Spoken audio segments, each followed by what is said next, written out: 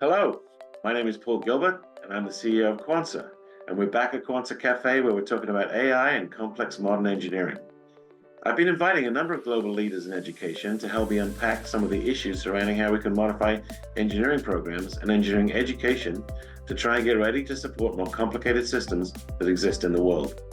You can find out more about the guests in each episode, as well as some of the projects highlighted in our conversations by visiting the links in the podcast description. If you're listening or want to watch the full podcast with subtitles, visit the Quanser Cafe on quanser.com. Today, we're diving into one of the most talked about challenges facing the engineering world, addressing the skills gap for modern engineers. As technology evolves rapidly, the gap between academic education and industry needs is widening, and it's becoming clear that traditional models of engineering education need a rethink.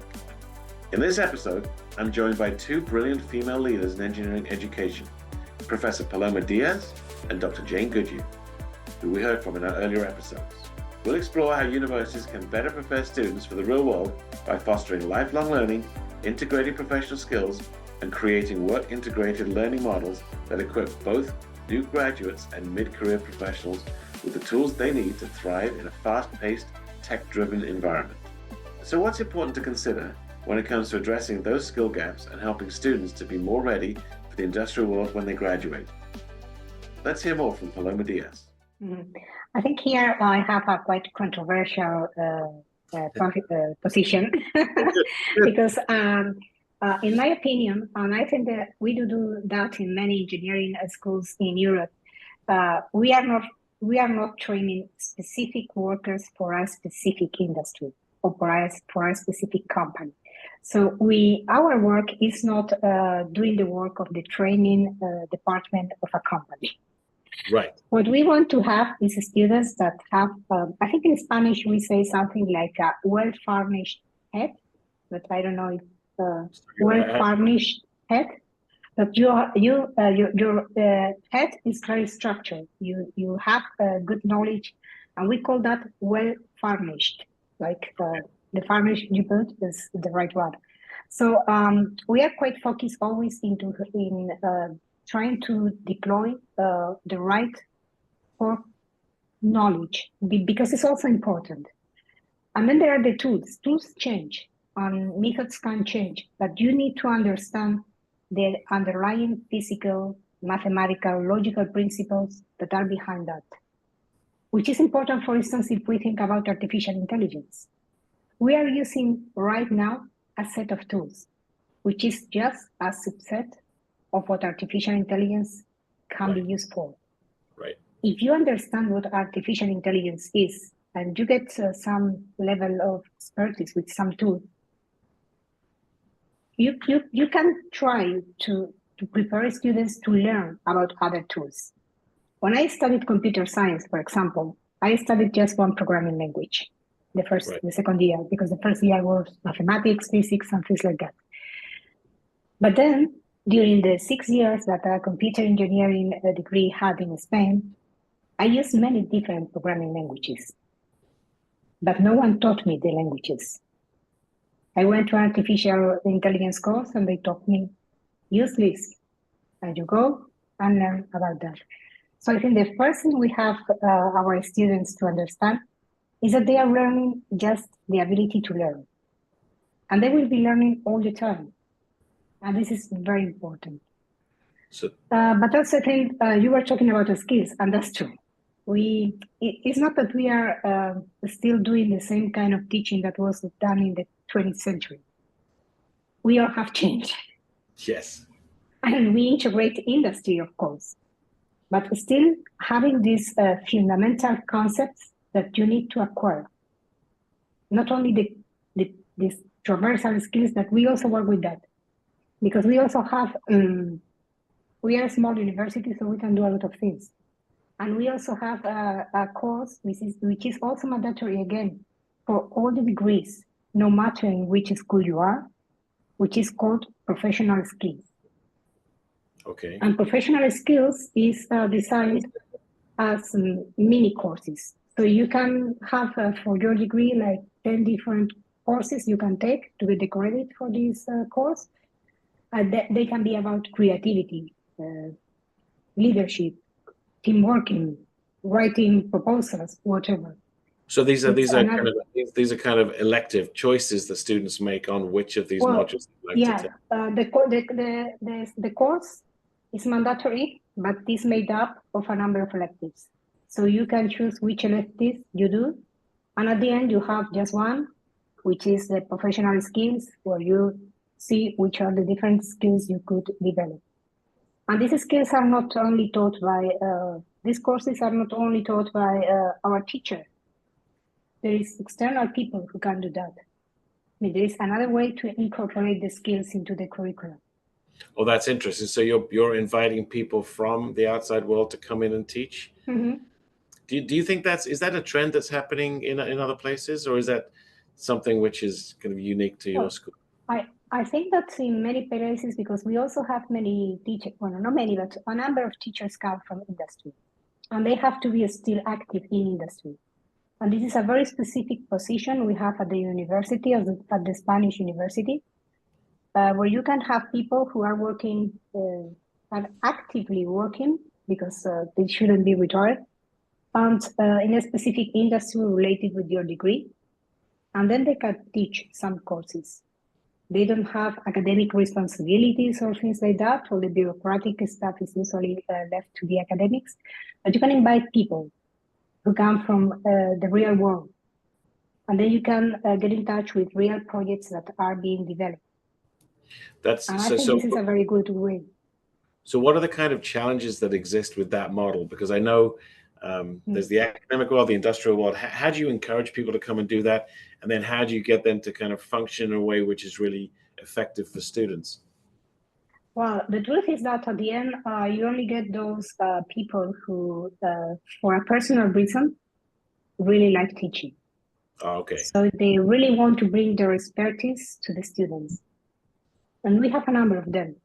Usually it's people that also was very tied to the university, because they worked maybe in associations or they had a very good experience.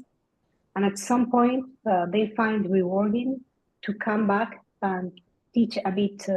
It's not a whole semester. It's a whole semester, but it's very few hours. I mean, the idea is not to have a lot of teaching load, but to be able to somehow deploy your expertise to other people.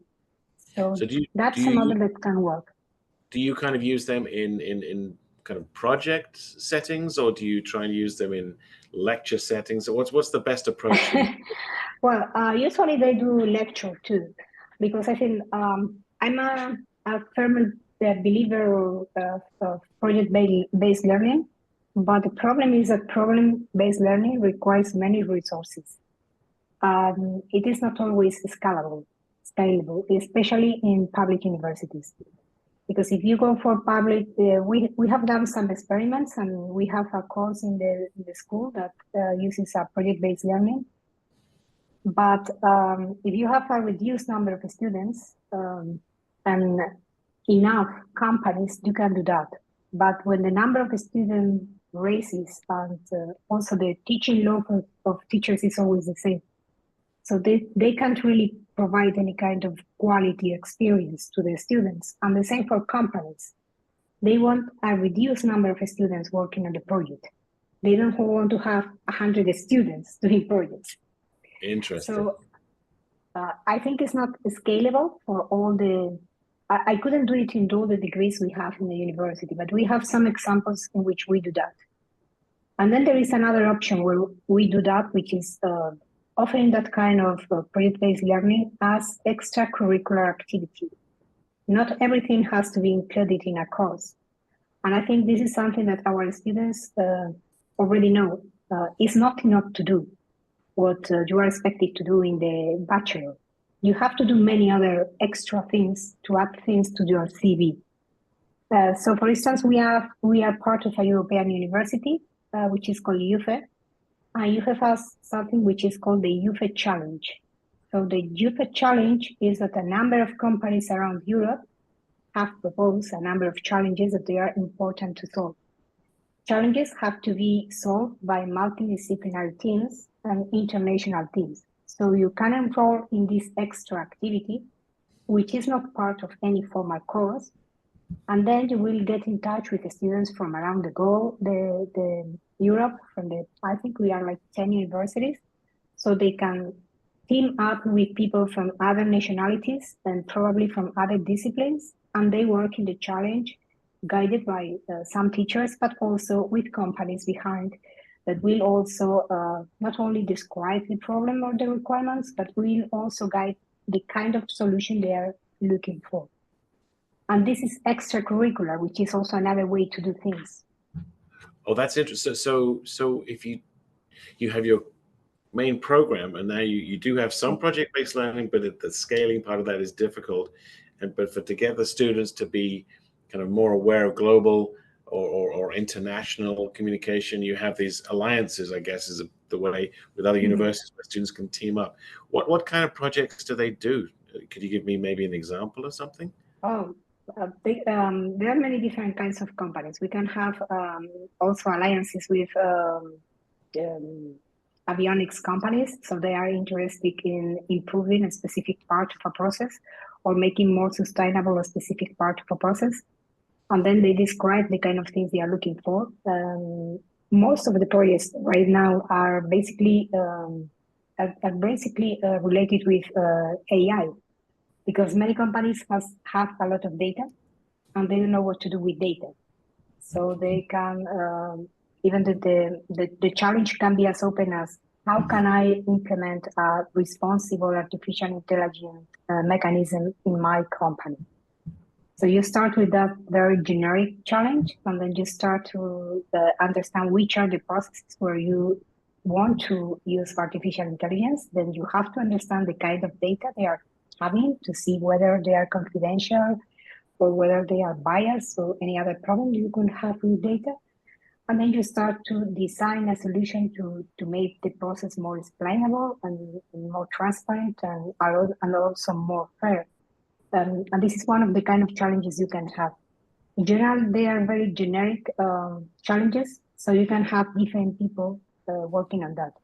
And we have that through the European University, but we do it also with companies. But it's usually external activities. I mean, this is not part of a course. These are extracurricular activities. Paloma, thank you so much. It's been great to have you with us. Next, I'm happy to welcome back Dr. Jane Goodyer, the Dean of the Lassonde School of Engineering at York University in Toronto, to discuss her passion for making higher education more accessible through the innovative work-integrated learning model. Okay, so, my driver has always been to make particularly higher education accessible, because I know that if I hadn't have had free education when I started out, there's no way I would have gone to university. Right. I would have had to work, and you can't say, you don't know what would have you don't happened. know, but the likelihood is, once you're in the workplace and you're trying to keep a roof above your head, that's your focus. And so the way higher education has gone over 20 odd years, you don't get free education anymore. People have to pay tuition, and then there's this balance of, I then have to probably work full time, even though you shouldn't be working full time, just to pay the tuition and to survive. And it's really hard for a lot of students to, let's face it, that the employment market is now demanding degrees. And we won't go into whether that's right or wrong. That's another story. That's another story. You're absolutely right. There is an expectation from my side of the fence, people in business, that people should have a degree. Yes. And so that there's a real conundrum with a lot of young people who really have got such financial barriers that they can't engage. And then it traps people. Because again, society now is, to even get on the ladder, you need a degree.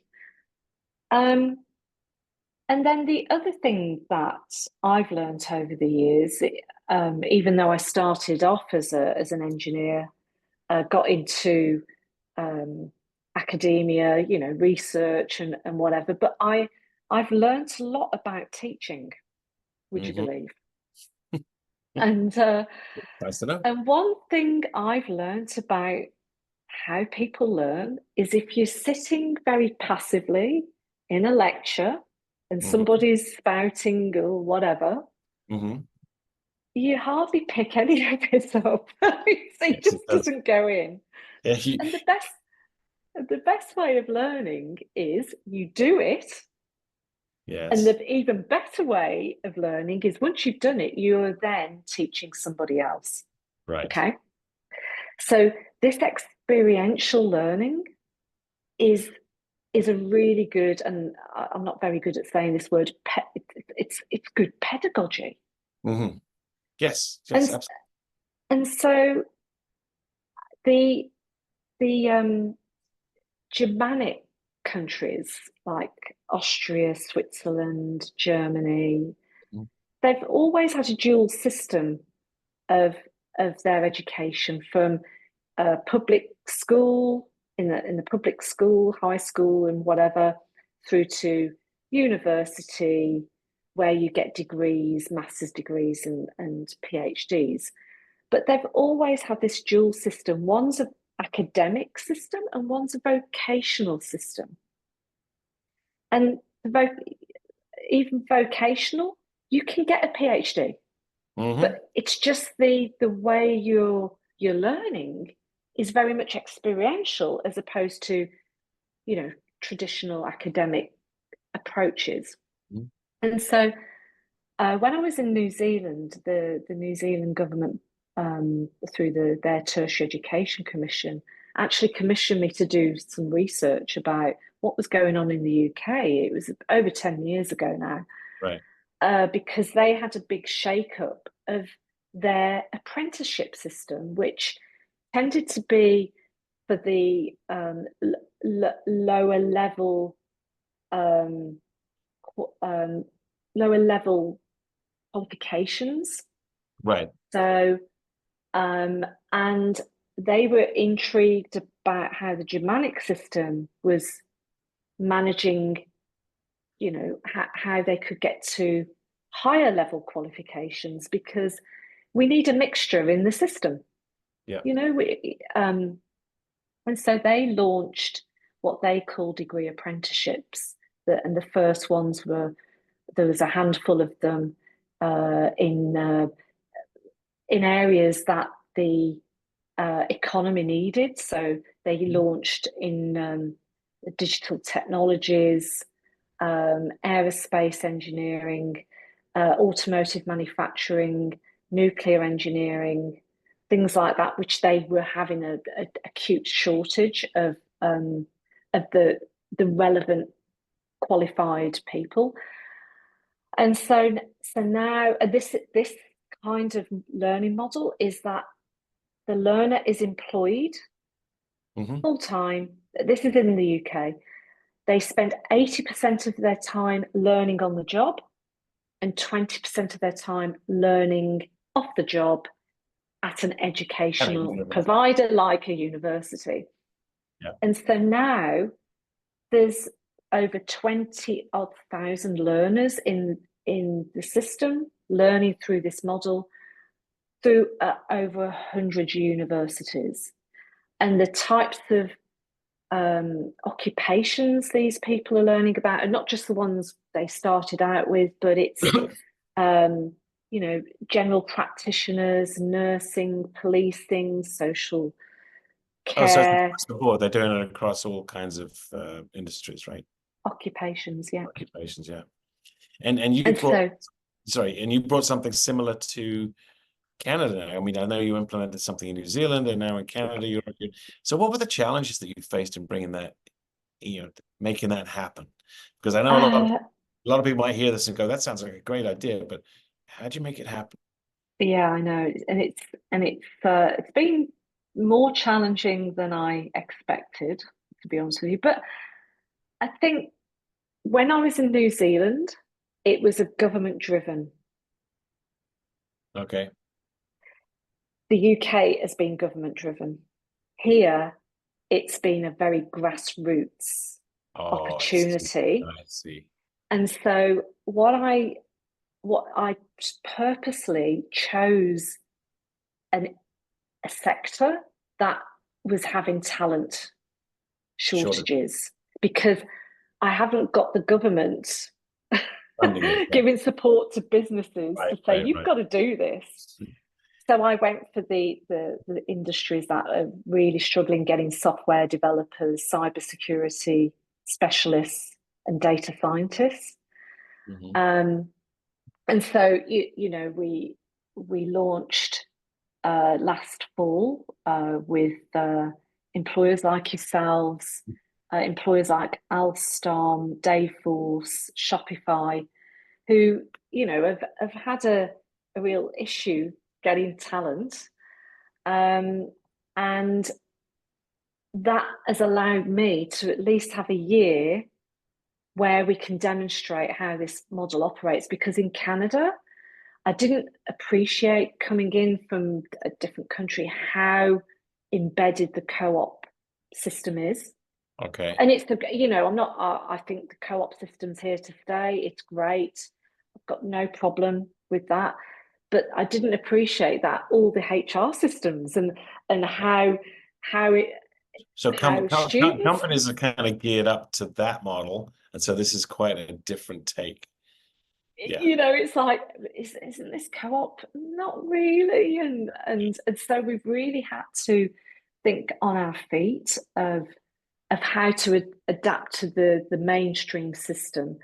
But I'm happy to say, I've been really trying hard to speak at the right, how could I say, conferences, particularly that involve government. And now I'm at a stage where the government are actually knocking on my door to say, hey, we really are interested in learning more about this model. So this is what I love about you, Jane, is like you're taking on the challenges, down the torpedoes. I'm going to make this happen, and work really, really hard, and you make a noise, and you get people to react, and you get them into the college, and then a handful of companies start benefiting from it, and then the government takes notice. And so now it's great to hear that they're starting to knock on your door, because I was going to kind of lean into this. You mentioned areas like data scientists and software developers and so on. There is a skills gap and a shortage, and it's going to grow, especially when you're linking computer architecture to physical systems, and that's where the AI world is going to have a huge impact over the coming years. And it's interesting, what I've found out as well quite recently is a lot of the students that are doing computer science, and this is a personal thing, I have no data. This is just how I'm getting a feel for how some of the students see themselves. They see themselves in the tech industry. They want to work for the Googles, the Teslas. Right. But they really don't appreciate that it's everywhere now. Yes. You can work in a bakery. You can work in insurance. You can work in a hospital. Yep. So and I'm hoping that with this kind of learning model, that they can see themselves in that industry first, as opposed to, I'm a computer scientist and I want to work for a tech. It's interesting you bring that up, because a lot when we obviously we work with universities and provide equipment for training and development, and we talk not so much about the specific skills, but we talk about the fact that you can learn transferable skills, and if you have those skills, you can start in one path or in one industry, but if you want to, you can move on to another one.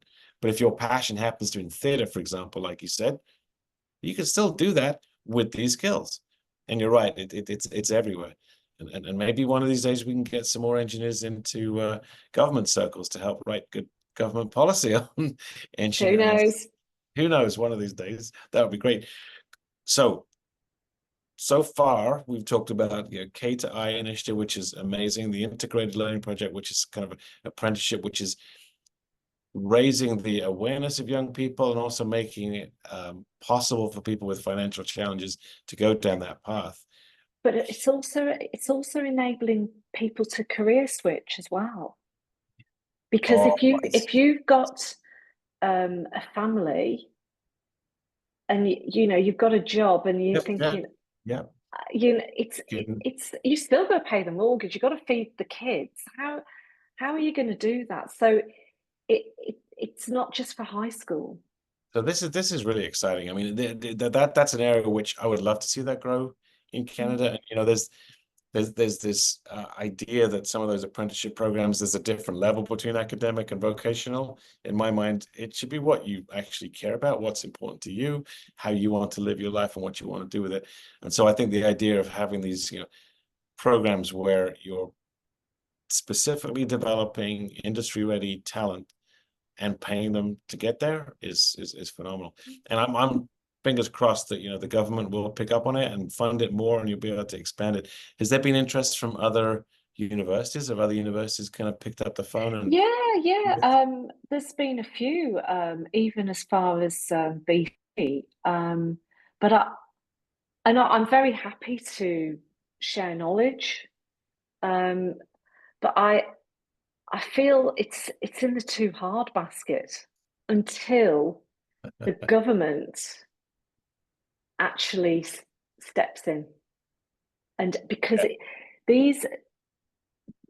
because it's so different to how we operate, you do need that leap of faith, and luckily York has seen that and has supported that, but it has been a leap of that faith.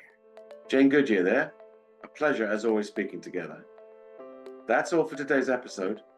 It's clear from our conversation with Paloma and Jane that addressing the skills gap in engineering is not just a challenge, it's an opportunity to reshape the future of education and industry collaboration. We've discussed the importance of a strong foundational understanding for students, the integration of professional skills into the curriculum, and the innovative work-integrated learning model that allows students and professionals to thrive in a constantly evolving job market. As we move forward, it's essential for educators, industry leaders, and policymakers to work together to create pathways that equip the next generation of engineers with the skills they need to succeed.